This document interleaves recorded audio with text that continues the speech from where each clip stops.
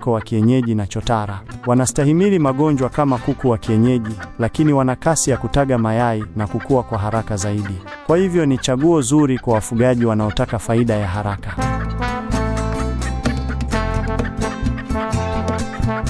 Kuanza mradi wa kuku wa kienyeji ni rahisi. Kwa mfano, unaweza kuanza na kuku 50 wa kienyeji plus. Bei ya kuku 50 aina hii inaweza kuwa kati ya shilingi 30,000 hadi 40,000. Chakula cha wiki za mwanzo, ambacho huitwa starter feed, kinagharimu takriban shilingi 15,000.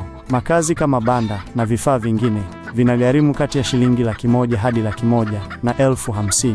Matibabu na chanjo ni takriban shilingi 10,000 hii. Aidha, huduma za maji na vingine vidogo ni shilingi 5,000. Makadi inaweza kuwa 50. Kwa hivyo, kwa jumla unahitaji takriban shilingi 100,000 na 60,000 hadi 200,000 na 20,000 kuanzisha mradi huu.